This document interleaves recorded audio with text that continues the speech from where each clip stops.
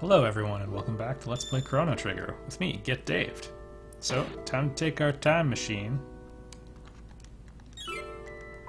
and ride it to the past. The way is open again to the Magic Kingdom.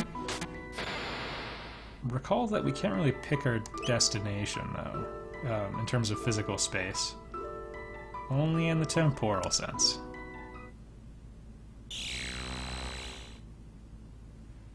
Enjoy antiquity. So, this is where we came out. The gate is still sealed. But I'll just show you.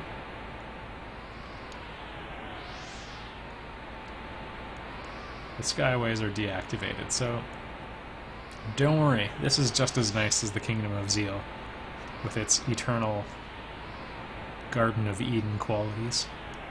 Actually, speaking of which, a lot of people think that Chrono Trigger is actually based on, or has parts that are based on the Bible, and there's definitely a Genesis quality to the time period we're at now.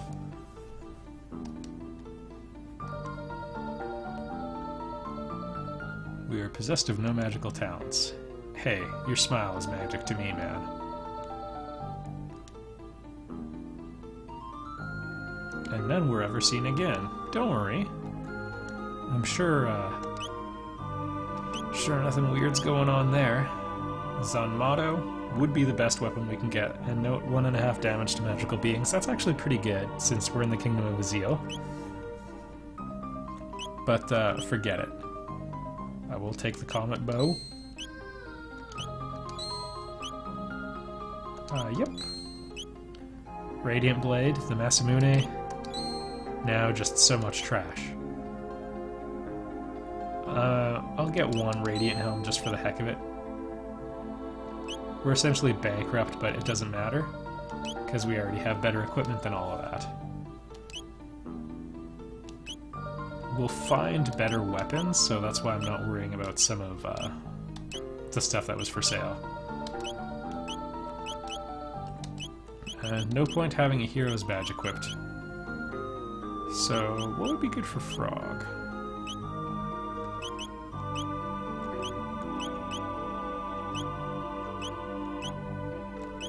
I'll give him the Silver Stud for now. He'll probably draw into the lineup, I think.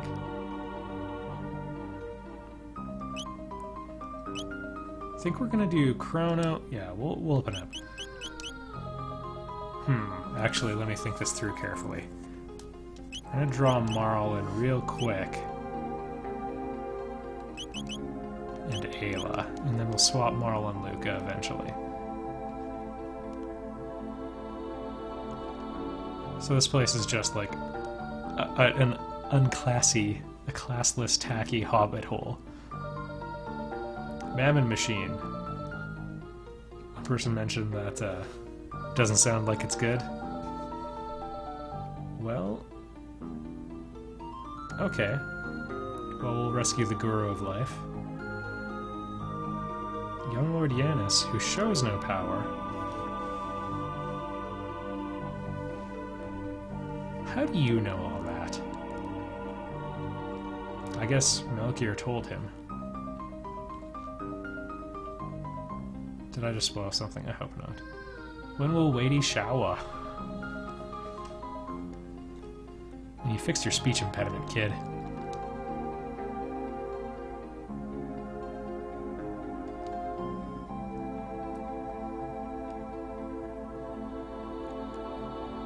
Alright. You shouldn't play around there? Okay, I'll be careful. No, I'm good. They lived as one. How did they stratify is what I want to know. We'll never find out.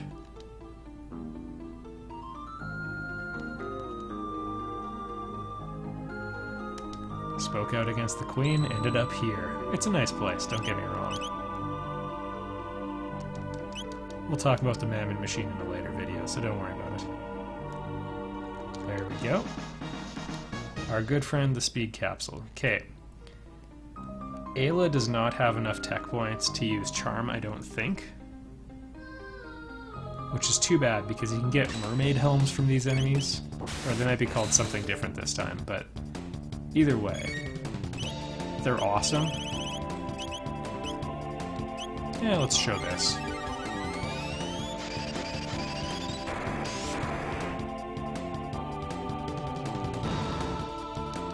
We're actually going to miss out on some kind of good stuff because she doesn't have it, but I'm just willing to live with that consequence. So there's the Wicked Helmet I just referenced. We just want to drop this guy before he gets too crazy powerful. So yeah, you can get good helmets from them. They have a defense of 35 and some elemental protection on top of it. That's kind of a big deal. Charm, 175. Not a prayer. Use Ayla, folks. The other cool thing that can happen is that you can steal, what is it? I can figure this out. You can steal a speed tab, or a speed capsule, from a boss we're going to face in about, I don't know, 60 seconds? We'll see, everybody take the over-under on that. I'm going to recommend the under, but you're the ones with the timers. Give yourself however many GetDaved points you wager. Remember, it's still tea time from last episode. I'm recording these in a row, so 10 tech points. Is that more or less than 175? We took some damage. I don't want to take this upcoming fight lightly, because best to be careful, and that's why we've got Marl. She brings Ice Elemental and Haste. Start with yourself. So here's how it works. The blue one takes damage from water, I think? Maybe I got it backwards. We'll figure it out. One's fire, one's water. We've got one of those elements represented. More importantly, we have haste. Gonna heal Chrono's sleep status just with a little kiss. The imp in the back is kind of weird. He has super high defense and can run away. You don't want that to happen at all. But with haste up, we should have increased our offense potential relative to how quickly he acts, that it won't be an issue at all.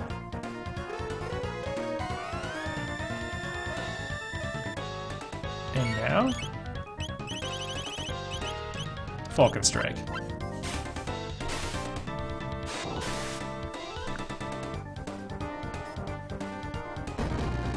I'm going to try using some ice attacks to change it up as well.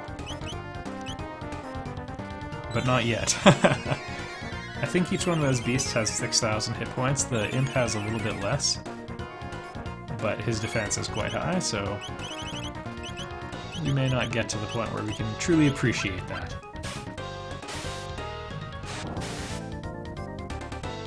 Yeah, 72 damage.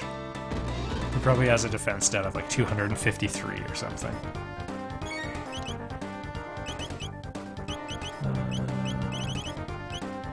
You know what? We'll get all the information at once. Alright. Oh yeah, they don't like that.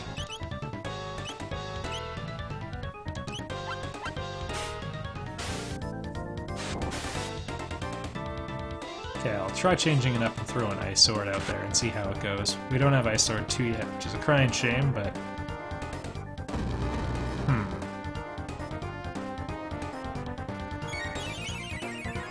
Yeah, I'm gonna stick with this plan, that's okay.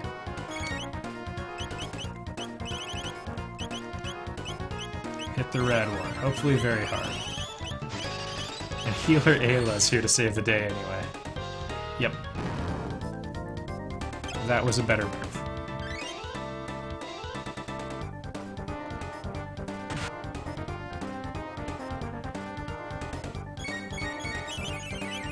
Unfortunately now Falcon Strike is basically our best move, so if we had Luca, we could switch to Fire Sword, but I'm glad Ayla's going to be getting closer to learning Charm, even though this is the fight we actually wanted her for.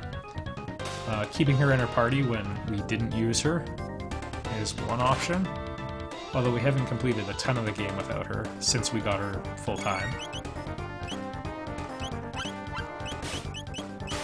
Oops.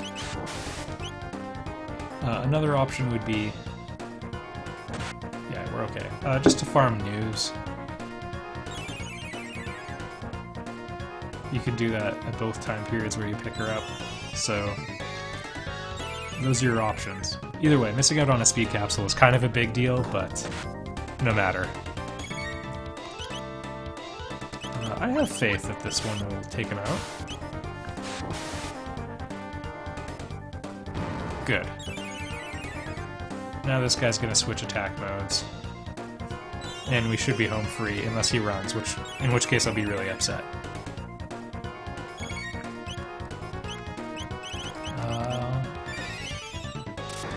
Place your bets if this will be any good or not. Yep, that'll do.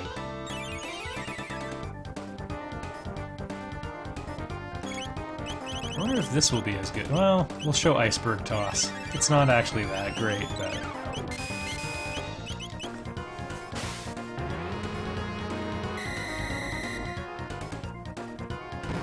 for the power, I think it's a bit expensive. And it only hits one target. Alright.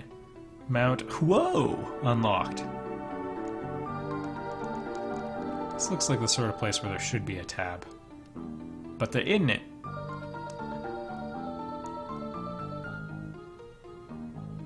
Don't worry, that chain is very steady. It's not buckling under the weight of a person. Alright. We talked about a bonus to Ayla's hit being kind of nice, and this is what it's for. I'm actually going to try putting the QE ring on Chrono, and we'll see what happens.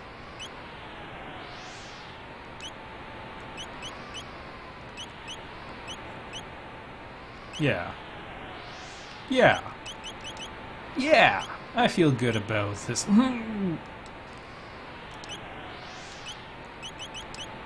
And at the very least, we're going to need a speed belt, because Robo, bless him, is dreadfully slow. Alright, so how these guys work is, they're going to hit us with the Lizardy Lock. Nobody can use any techs, which means we lost the delightful accuracy bonus of virtually 100% that tech spring. If we land 2 good hits, there you go. And everybody gets 100 tech points. Not too shabby, hey? The rest of the enemies here are... I won't call them a joke, but they're not too bad. For the sort of rewards we get here, the price is right, let's put it that way.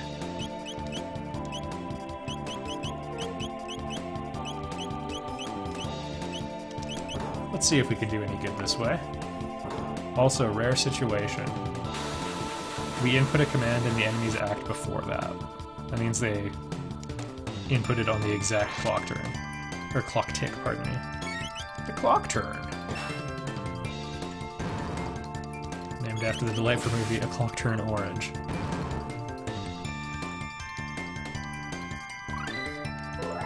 Frenzy, alright. We could get Ice Sword too if we have Chrono and Marl fight one battle together. That leads to the next area, therefore I will not go there.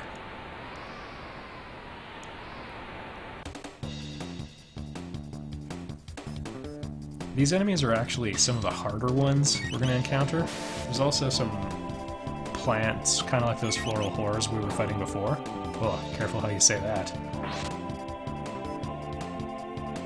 And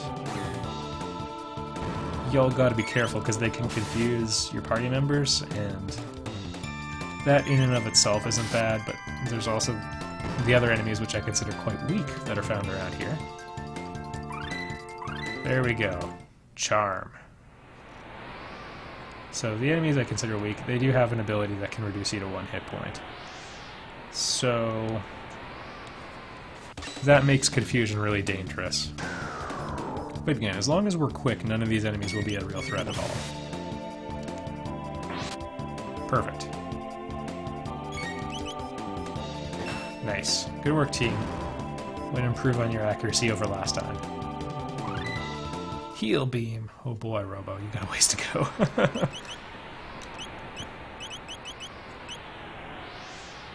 Okay, that's a 6th tech, that's fine.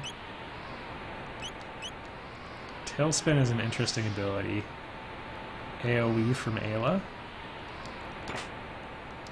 Platinum Helm. It's pretty good. Pretty good. Better than what we bought like 10 minutes ago. Oh, really? There we go. Now she's got something good. In the original localization, they were load helms. I'm not really sure why they equated platinum and lodestone, but I can only assume it had to do with character length.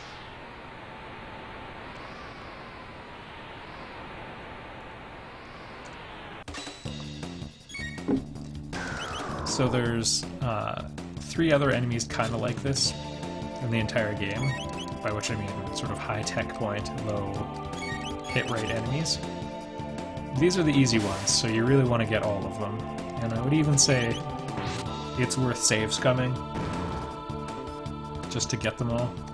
I guess maybe not. 100 tech points is only a couple fights later in the game, but still, I mean, it's worth feeling a lot of shame if you don't get one. It also kind of sucks because if you do a low-level run, it's a bit harder to kill them. Okay, these jerks. They're not very strong, but they can do the 1 hit point thing. Don't have a lot of hit points though, so as long as we shoot first and ask questions later, you will never see the horrors they can unleash on you. Got lots of time. The Guru of Woe. I thought he was the Guru of Life. I'm thinking this one leads to the dead end.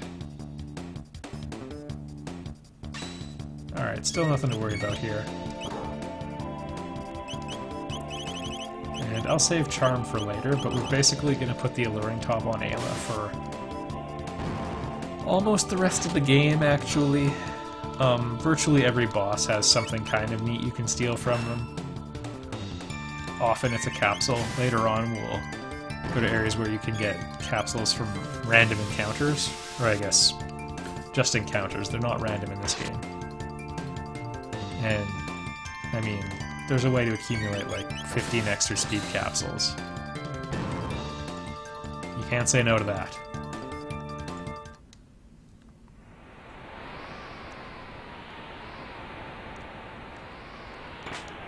Shield Sphere, which is like a barrier sphere, but one does physical, the other does magical damage. Okay, 1. If Chrono lands another one, we're home free. Probably not enough. I always wonder why it's so hard to hit a rock. Maybe most of their blows are glancing off and not hitting its vitals.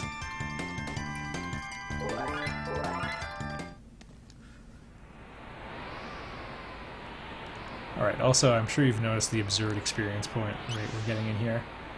So, Chrono just leveled up. In 5 more encounters, he'll hit another level up. Maybe 6, but...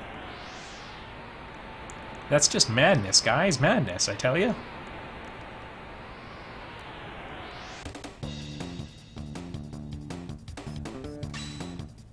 Alright, count. Let's get some actual math here. Experience points per second. We're at about 5 into this battle. I'm going from 1925. Alright, we're calling it 15 seconds. 864 experience, just like that.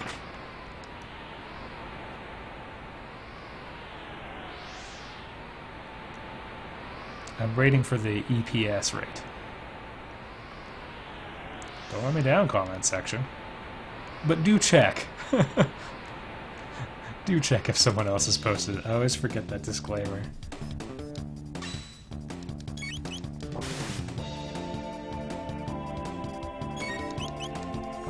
So yeah, unfortunately most of the encounters are somewhat nondescript.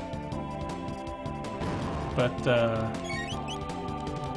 again, the rewards are just so huge that it's pretty good. And part of this is also because we have the strongest physical attack team you can have in the game. These are the 3 hard hitters. 2 are fast and 1 is slow. Robo.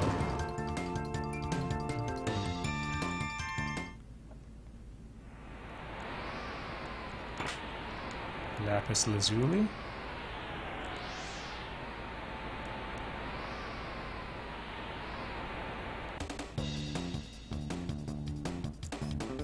Interesting. The imps are only in their normal form this time. You can also kill them, like when they're hanging from those flying enemies. You can kill them in one shot. You do get a different experience total, so I'm not sure if it's worth trying or not. Alright, I'm going to end this one here. In the next episode, we'll finish this area and probably much, much more. Thank you for watching.